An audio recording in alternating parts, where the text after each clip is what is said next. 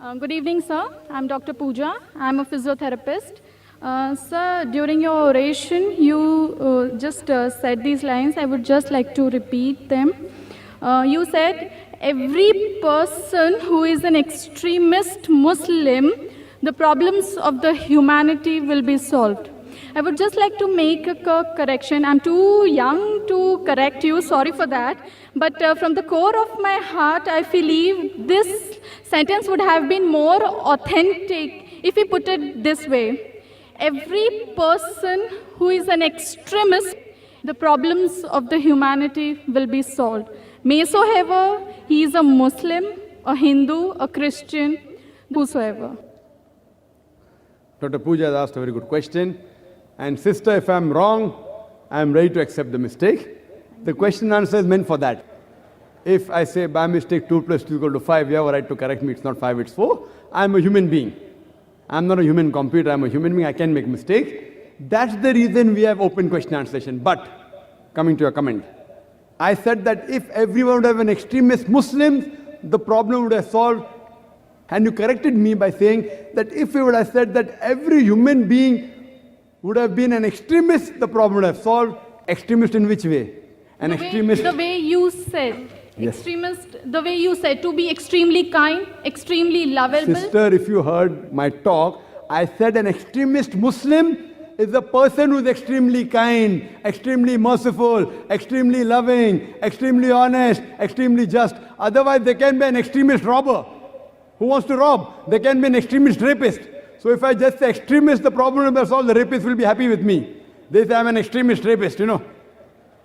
So sister, if you translate the full into English, you'll understand more correctly. What I meant was that if every human being becomes an extremist Muslim means, if every human being becomes an extremist, peaceful person, submitting his will to God, then the problems of humanity will be solved. Now, because I used the Arabic word, it does not go down the throats of many people. I'm not talking about you, sister. No. I'm talking about the media. When I say Islam, Muslim, it doesn't go down the throat. So I would like to rephrase the question for the benefit of the non-Muslims. If every human being becomes an extremely peaceful person, submitting his will to Almighty God, the problems of humanity will be solved. Maysoever he is Muslim, Hindu or Christian. Now, if you add maysoever is Hindu, Muslim, Christian, rapist, robber, then the formula doesn't work, sister. Because if you say maysoever he be a Muslim, if he submits his will to Almighty God, he has to be a Muslim. And if a Hindu submits to God, he is not very acceptable good. by God. No. Not like that. Yes, sister, wait, let me. You ask a second question, I give a second answer. No, sir. You are perfectly right. What's the definition of the word Hindu, sister? Hindu is a geographical definition, meaning those people living in the land of India. In that definition, I'm a Hindu, sister. I'm a Hindu Muslim by geographical definition. But this word Hindu was first used by the Arabs when they came to India. When I go to Saudi Arabia, they say Hindu. You know? So this Hindu actually is a geographical definition. But today, it is used as a misnomer to describe as a religion. According to Swami Vivekananda, he says that the followers should actually be called as Vedantist because they follow the Vedas. So Hindu is a misnomer. You ask any scholar. So if you say, can a Hindu be a Muslim? Geographical definition, I am a Hindu, I am living in India, I submit my will to God, I am a peaceful person. But everyone, but sister, even the Americans can be good.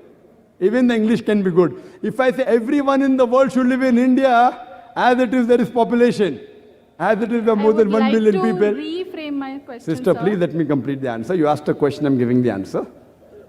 You asked a question, I'm giving the answer. We'll give you a second chance, no problem, sister. Surely. But at least let me clarify. Therefore, the words that you use, you should understand the meaning of the word. If every human being should live in India, then the Indian government will have a problem. As it is, they say, hum do, hamare do, ek ke baad abhi nahi, do ke baad kabhi nahi. They're talking about family planning. We too and our too. Hum do, hamare do, ek ke baad abhi nahi, do ke baad kabhi nahi. Means after one, let there be a gap. After two, you should not at all produce. Family planning, you can hear my answer in Quran Modern Science. So sister, therefore the words that you speak, if it's not in English, people sometimes have confusion. So if you're a Hindu, submitting a will to God, submitting and following the Vedas, if you see my talk, sister, on similarities between Islam and Hinduism, the Vedas say that you should believe in one God. If you follow the Vedas, it's mentioned in Upanishad, Chandogya Upanishad, chapter number 6, section number 2, verse number 1. It says that Ekkam Evidityam, God is only one without a second. It's mentioned in the Veda, Yajurveda, chapter number 32, verse number 3. Na tasya pratimasti. Of that God, there is no pratima. Pratima means image, statue, sculpture, photograph. Of that Almighty God, according to Veda, there are no images, there are no photographs, there are no sculptures, there are no statues. If you are such a Hindu, it's mentioned in the Veda of another messenger to come, the final messenger, whose name is Prophet Muhammad, peace be upon him. He is prophesied in the Kalki Avatar, chapter number 2, verse number 5, verse number 7, verse number 9, verse number 11, verse number 15, that this Kalki Avatar, he will be born in the city of peace, that is Makkah. His father's name shall be Vishnu, Yash, servant of God, translated Abdullah, which was the name of the Prophet Muhammad Sallallahu Alaihi Wasallam's father. His mother's name shall be Sumati, means peaceful, serenity. In Arabic, it's Amina, which was the name of Prophet Muhammad Sallallahu Alaihi Wasallam's mother. He will be born on 12th month of Madhav. We know he was born on 12th of Biawal. He'll have 4 companions. The first 4 Khulfa Rashidin. I can go on and on and on. I've given a lecture on similarities between Islam and Hinduism. What I say, sister, that let us agree that at least one book is the word of God. Hindus will say that the Veda is the word of God. Christian will say Bible is the word of God. Muslim will say Quran is the word of God. Let us at least agree to follow what is common in the scriptures. Come to common terms as between us and you. Now what is not common, sister, let's not fight on that. We'll discuss that tomorrow. Fine? So let us agree, all the religious scriptures, all the major religious scriptures, whether it be the Bible, whether it be the Veda, whether it be the Quran, whether it be the Parsi scriptures, whether it be the Sikh scriptures, they say you have to believe in one God.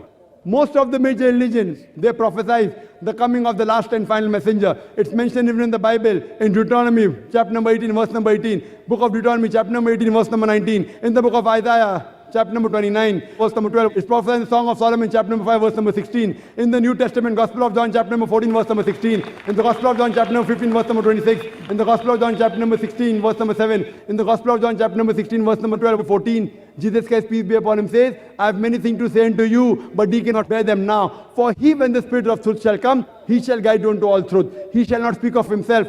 All that he hears shall he speak. So what we come to know from all these major scriptures, that you have to believe in one God, who has got no images, who has got no idols. You have to believe in the last and final messenger. So let us agree, sister. Let's not fight on the differences. Let's agree to follow what is common in the Hindu scriptures, in the Parsi scriptures, in the Christian scriptures. You're talking Hindu, Muslim. I'm talking about Parsiism. I'm talking about Islam.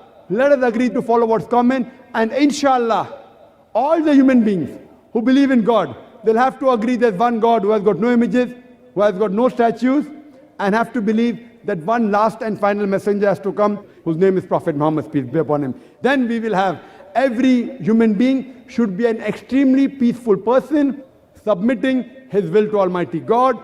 Then the problems of humanity will be solved. Hope that answers the question, sister. Yeah, thank you, sir.